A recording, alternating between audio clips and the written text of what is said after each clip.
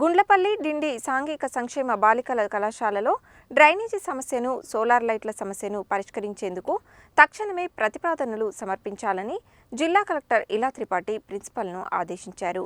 విద్యార్థినులు బాగా చదువుకోవాలని, సమయాన్ని వృధా చేయవద్దని, విద్య ద్వారానే సమాజంలో మంచి స్థానాన్ని పొందవచ్చు అని సూచించారు.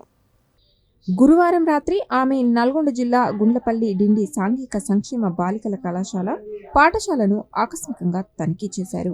కళాశాల పరిసరాలను, వంటగదిని, స్టోర్ రూమ్, తరగతి గదులను ఆమె తనిఖీ చేశారు. ఈ సందర్భంగా విద్యార్థులకు అందిస్తున్న భోజనానికి సంబంధించిన వంట సరుకులను తనిఖీ చేశారు. అనంతరం ఇంటర్మీడియట్ 5, 6 తరగతి గదులలోకి వెళ్లి విద్యార్థినులతో ముఖాముఖి మాట్లాడి వారి విద్య పరిజ్ఞానాన్ని ప్రశ్నలు, జవాబుల ద్వారా పరీక్షించారు. విద్యార్థినులు బాగా చదువుకోవాలని, సమయాన్ని వృధా చేయవద్దని, విద్య ద్వారానే సమాజంలో మంచి స్థానాన్ని పొందవచ్చు అని సూచించారు.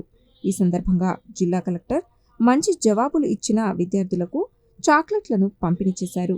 కళాశాల ప్రిన్సిపల్ శిరీష, ఉపాధ్యాయులు ఉన్నారు. అంతకుముందు జిల్లా కలెక్టర్ గుండ్లపల్లి డిండి ప్రాథమిక వైద్య ఆరోగ్య కేంద్రాన్ని ఆకస్మికంగా తనిఖీ చేశారు. జిల్లా కలెక్టర్ ఆకస్మిక తనిఖీ సందర్భంగా ప్రాథమిక వైద్య ఆరోగ్య కేంద్రానికి తాళం వేసి ఉండడం, 20 నిమిషాల తర్వాత వాచ్మెన్ వైద్య ఆరోగ్య కేంద్రానికి రాగా పిహెచ్సిలో ఎవరూ లేకపోవడంపై ఆగ్రహం వ్యక్తం చేస్తూ వాచ్మెన్ను సర్వీస్ నుండి తొలగించాలని ఆదేశాలు జారీ చేశారు. ప్రాథమిక వైద్య ఆరోగ్య కేంద్రం మెడికల్ ఆఫీసర్ ఇతర సిబ్బందికి మెమోలు జారీ చేయాలని చెప్పారు.